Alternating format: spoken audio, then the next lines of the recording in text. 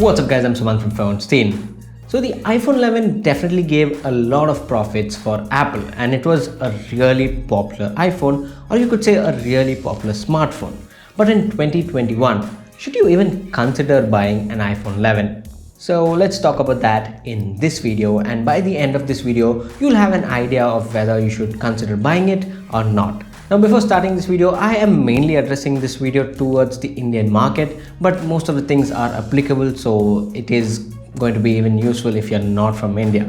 With that said, I am going to be splitting this video into the pros and cons. So I've been using this device for quite some time, and I do also have feedback from my friends who actually use the iPhone 11. So this is a combination of everything together, and at the end of the video, I will tell if the iPhone 11 is worth it or not.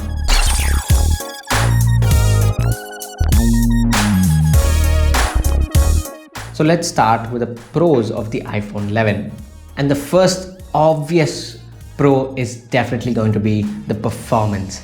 The A13 Bionic chip on the iPhone 11 is definitely an amazing performer. And that combined with the really good optimization Apple does in their software, the smartphone is definitely smooth and really snappy. So till date, I haven't come across any sort of lag on this smartphone, and I have to say, whatever you throw at it, this definitely handles it like a champ.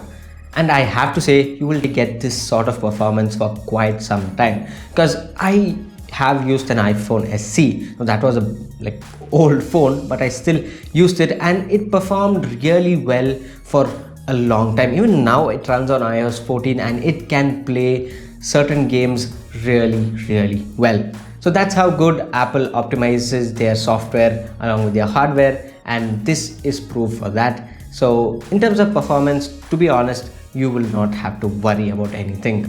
So the next best thing about the iPhone 11 is the battery life.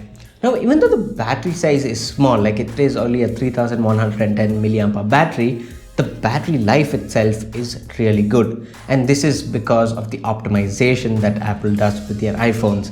Now, even with heavy use, at the end of the day, I still had some charge left, like 17% or 20%, which is great because I'm not a person who usually uses a smartphone a lot, but for testing, I stress it a lot, and this smartphone could definitely handle that.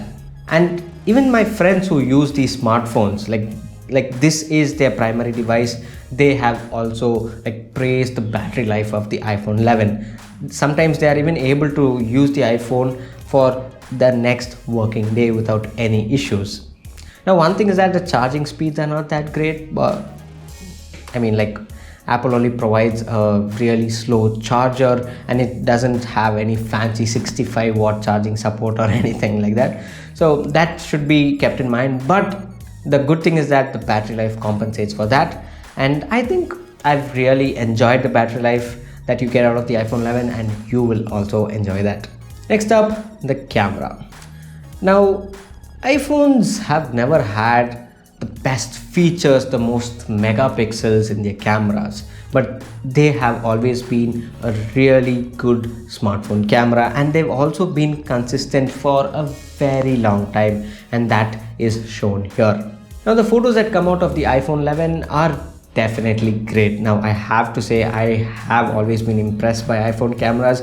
Now, the thing is that they are not over processed, over sharpened, they are not too saturated, but they are really natural, and that is a look that I really like. And one good thing is that you can take raw photos with this, but you can't take it natively. You need to download some third-party app for that. But once you take that, the pictures that come out of it are really great, and you can do a lot with those raw images.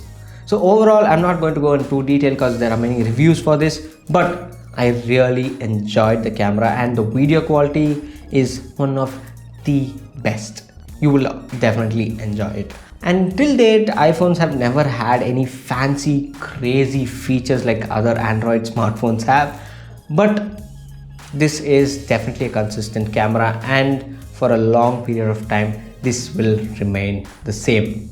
And hopefully in the long run, you won't see any sort of degradation in the picture quality. So overall, this is a great camera, and this is one of the things that I like about the iPhone 11. Next up is the lifespan.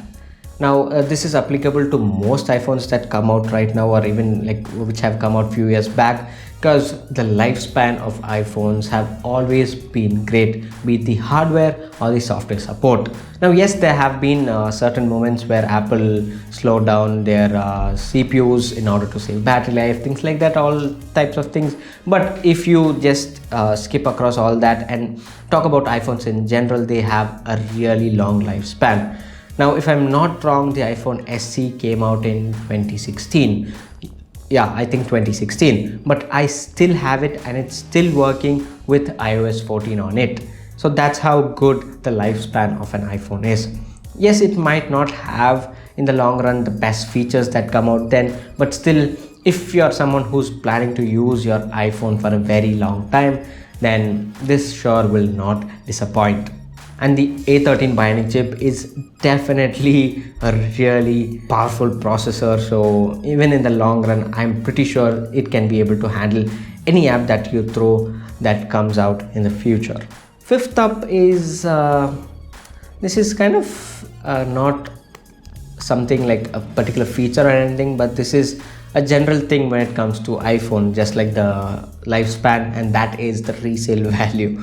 The resale value of iPhones have always been high. No matter what Android phone you have, the resale value just doesn't match up to the resale value of an iPhone. And I think that is one important thing to keep in mind. Now consider you are buying an iPhone 11 and you have another Android phone that released at the same time. So if you try to sell the iPhone 11 and that Android smartphone at the same time, maybe like next year, like in 2022, the iPhone 11 will still have or will still get you more money when compared to the Android smartphone. And that is definitely a huge thing to keep in mind. That is the fact. It's the brand value, the brand recognition that Apple has created, which allows sellers to sell it for a higher price. And I think that is very important. And if you're someone who really values money and want a better value for your phone when you sell it, then I think the iPhone 11 is good for that too. Now before moving on to the cons, I just want to talk about one positive thing, and that is the speakers. Now I have to say I really enjoyed the speakers of the iPhone 11. Now yeah, they have stereo speakers, and you have to listen to it to understand how good it is. Now the speakers, I think like the spatial audio thing, I'm not sure if I got the name right, but whatever it is, the audio quality, the speaker audio quality on this is amazing. Now with that said, moving on to the cons, and the first thing that I didn't really enjoy about the iPhone 11 is definitely the display. Now don't get me wrong, this is like one of the best LCD displays in the market. Like it is really good, but for the price that this is selling for, I mean it's not like Apple can't put an AMOLED display or AMOLED/OLED display in this, but they chose to go with an LCD display. Truth be told, even 12, 14, 15,000 rupees smartphones come with AMOLED displays these days. I mean, even in those days, the M30, M30s, they were 15, 16,000 rupees smartphones which came with AMOLED displays. And it's not like Apple couldn't do it, but they rather went with a nice LCD display. And in 2021, with the amount of smartphones rocking beautiful AMOLED displays, this just doesn't cut it for me. You can actually see the images pop out more on an AMOLED display, no matter what they say. Yes, I agree, this is a good LCD display, but when compared to AMOLED/OLED, this just doesn't cut the mark for me. For some time, yes, it was good, but over a long run, I definitely didn't enjoy it. If you're someone who watches a lot of media, plays a lot of games, then if you compare this with any other competing Android phones with AMOLED displays, then you would definitely prefer that. Again, don't get me wrong, this is a really nice LCD display in a huge market of amazing AMOLED displays. This just doesn't make it. Next up, this is a collection of few things that I personally didn't enjoy. So one is the phone is quite wide for my liking. Now I use a Pixel 4a, and before this I used the OnePlus 5, but the OnePlus 5, I really didn't enjoy because it was too wide, and that's the case with the iPhone 11.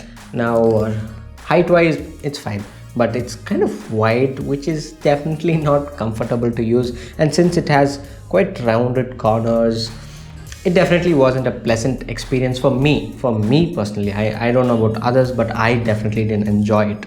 And the next thing is that it has only a single physical SIM slot. Now yes, you have support for eSIM, and I mean that's quite easy to enable, but still only one SIM slot. iPhones that come out in China have actually two physical SIM slots. I mean, Apple can do it, but they just don't do it. So yeah, that is just one thing. But the main thing is that with the iPhone 11 you get only a lightning cable. Yes, a USB-C to lightning cable, and that is all the newly manufactured iPhone 11 models don't come with a charger in the box, so you'll anyway have to shell out a lot more money. And yeah, I think that's not a great move. So just keep in mind, you just get only the iPhone and the cable in the box, nothing else. Yes, that is kind of a huge deal breaker for many, and including me. Yes. And finally, let's talk about one major thing here.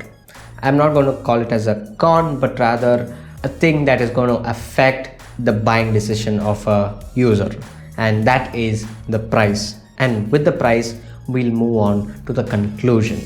You can get the iPhone 11 as low as 45,000 rupees. Now, as of making this video, it was 45,000 rupees, and that is the cheapest as of right now. And this is for a 64GB model.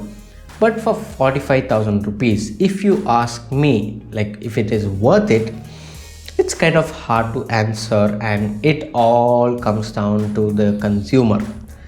So let me explain. So if you want an iPhone, and you want only an iPhone and have kind of a budget like 50,000, the best thing to do is to go with an iPhone 11, because it is one of the best ways that you can enter into the Apple ecosystem, and secondly, it will definitely last you for a long time.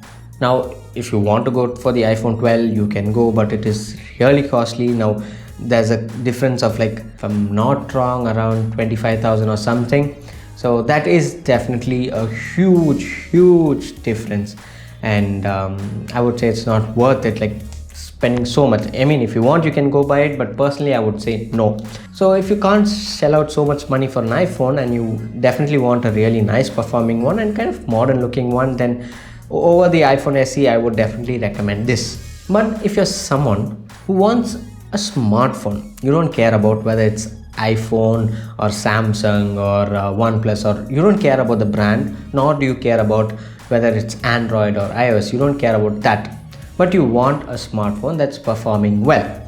Now, when you take a look at the iPhone 11, yes, for 45,000 it might look like an attractive deal, but remember, yes, iPhones have a lot of great things, but they also fall back on a lot of other things, and for way cheaper you can get much better things in a smartphone.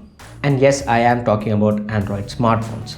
So for 45 or say even 50,000 rupees, if you take an iPhone 11, there are many better smartphones when compared to the iPhone 11, like the OnePlus 9, OnePlus 9R, ROG Phone 3, ROG Phone 5, which is only 50,000 rupees, which is freaking feature packed and amazing. So there are so many nice alternatives to the iPhone 11. Now they are also feature rich, they are fast. Now certain things they fall behind, like resale value and things like that, but if you're someone who plans to use their smartphone for like 2, 3, 4 years, then it should definitely hold up that long. And I have to say, if price is not an issue to you, or even if price is issue to you, please don't end up buying the iPhone 11 in 2021. Now if the iPhone 12 reduces in price and it's like 50,000, I would definitely recommend it, because it checks like almost a lot of boxes. But when it comes to the iPhone 11, it's a nice smartphone, definitely a nice smartphone, but in 2021 there are other better options, so I would highly recommend you to go with them. So I'll have the links to all the alternative smartphones in the description below, along with the iPhone 11, just in case if you want to buy them, and make sure you check them out. With that said, thanks for watching, and this here is Suman signing off once again. Catch you later.